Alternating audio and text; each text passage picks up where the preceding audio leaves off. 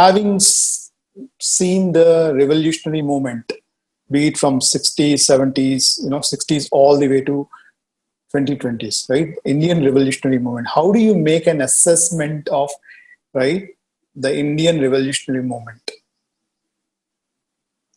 No, I think the objective context, Meru choose the model of development, the entire neoliberalism, though this creates a condition for an alternative system, an alternative society.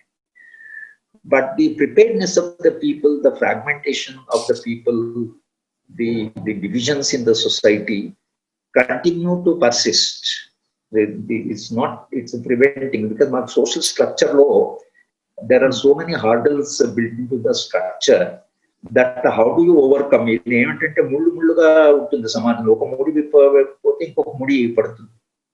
So therefore, bringing up the people massively across the caste, communities, regions, religions, and all that. Religion, what type of role it is playing? So is it able to divide the people so easily? Just, you are able to fragment the people.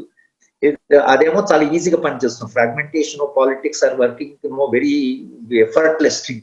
Whereas solidarity politics, bringing people under one banner or under one umbrella or under one larger the movement, still society is passing through the birth pangs. And I think now after seeing the migrant labor, when lakhs of migrant labor, 20 lakhs of street children, the way the women are suffering, suffering to actually an alternative vision must emerge. ఇంతమంది లక్షల మంది కోట్ల మంది suffer అవుతున్నారు, వాళ్ళు వందల కిలోమీటర్లు నడిచిపోతున్నారు. That means their determination I think that also indicates the capability of the struggle that they are capable of. అంటే వందల మైళ్ళు నడిచే వాళ్ళు, they can struggle, they can fight. But the social barriers ఏవైతున్నాయి, I think even today revolutionary movement in India hasn't developed a strategy, or the situation is not conducive enough. And maybe it has to be very decentralized revolutionary struggle, because maybe it is the all India struggle, like China, Soviet Union, whether that type of thing is possible or not. But definitely objective situation is getting ready for an alternative society, an alternative politics. But the subjective preparedness of the society, it may take a longer time for us to transcend all the fragmented elements and bring out solidarity across the sections, who will be able to collectively bring out a new alternative system and an alternative group. But compared to 1980s and 2020, do you think the revolutionary movement is it increasing or decreasing? It is weakened. At objective context perigindi, but subjectively the movement is weakened. It is weakened largely because the middle class, neoliberalism has created new illusions. Earlier regional engineering college, medical college, now that's not possible. The middle class has almost opted out of the struggle. So therefore, that's one major casualty that the neoliberalism has been able to inflict. Now the leadership or the people who have emerged, that's why organic intellectual emerge kavali. Struggling people leadership could emerge kavali. Whereas earlier leadership has been provided by this section. Secondly, the state is today much better organized.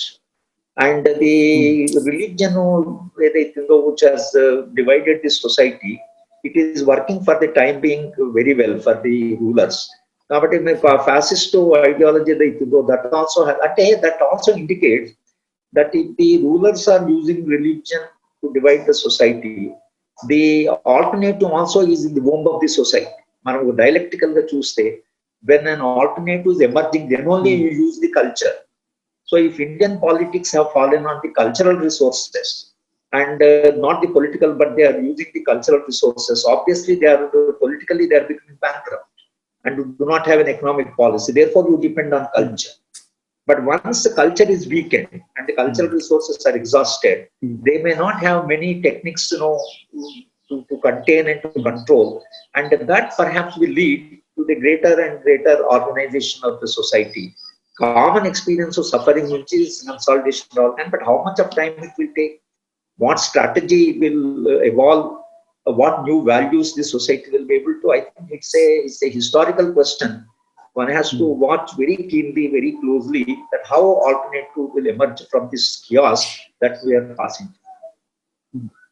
Yeah, but I mean, like, the fundamentally brings the question of who are the competent forces who are capable to defeat this fascist, regime, like represented by Modi or Trump, right? So, like, who do you think the competent, capable forces who can defeat them?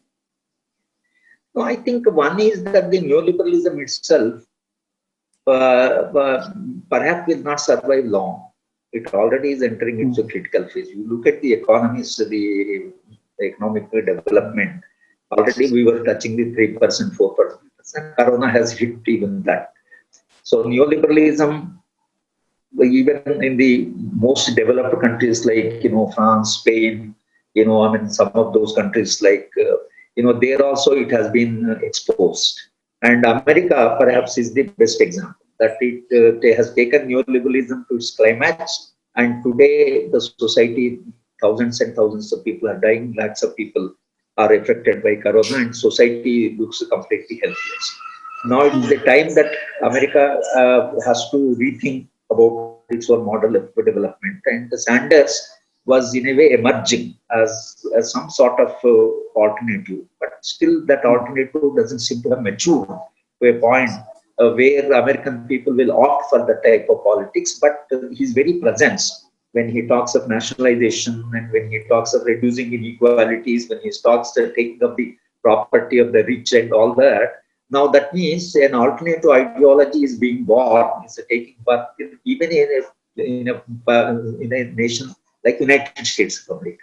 So if somebody like Sanders can emerge, even assuming it's a very mild expression of an alternative, but the very presence of Sanders is an indication that I think the most powerful society is thinking of an alternative. Now, not to think of the societies like India. That societies like India will have to think of an alternative, because neoliberalism will not work in a society of this size. It will not work. So the neoliberalism will collapse because of its own weight. Now, if this alternative model collapses because of its own weight, then the society will have to think of an alternative. The object, that's why I'm saying that the objective context of your economic system, growth ideology, growth mania, this has a limit. You can't go beyond a particular point. Now, with the result, the society, when it gets ready to listen to an alternative, I think alternative political forces will emerge very fast. Miraculous leaders will emerge. Particularly, entire tribal belt of India is not prepared for this model completely. Entire tribal society is opposed to this model. Dalits in this country have some expectation from the model, at least the Dalit voices and all that.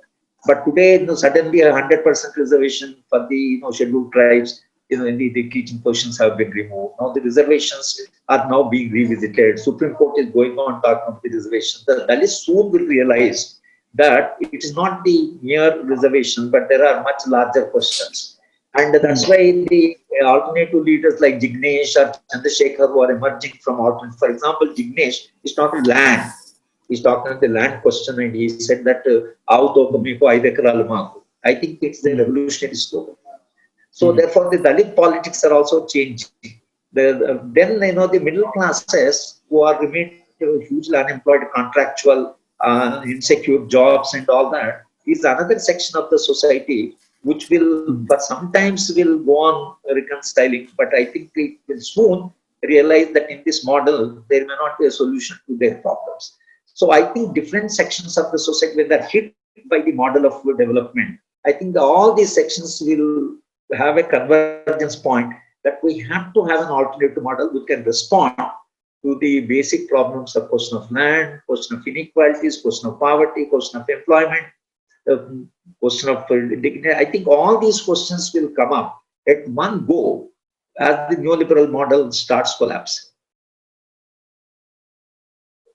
Last question. What is the political alternative and what is the path to accomplish a revolutionary democracy for working class?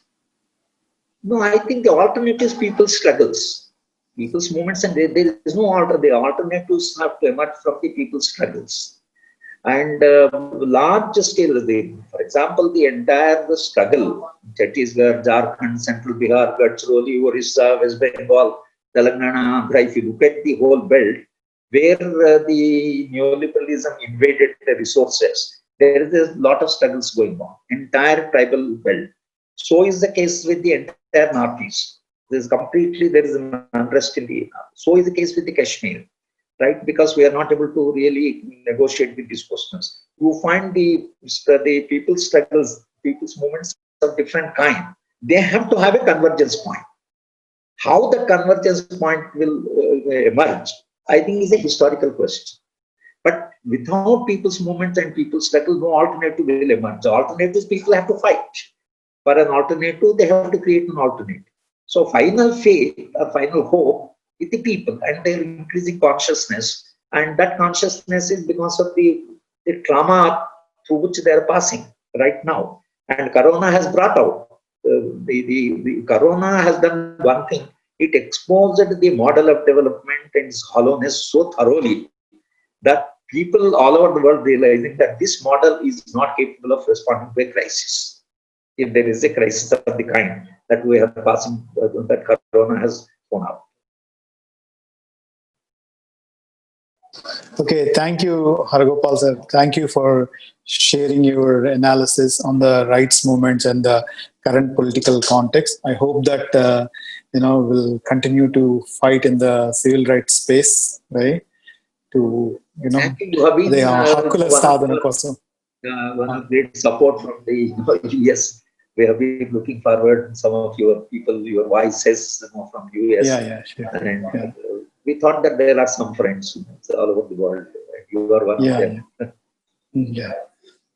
Thank you, Haragopal sir.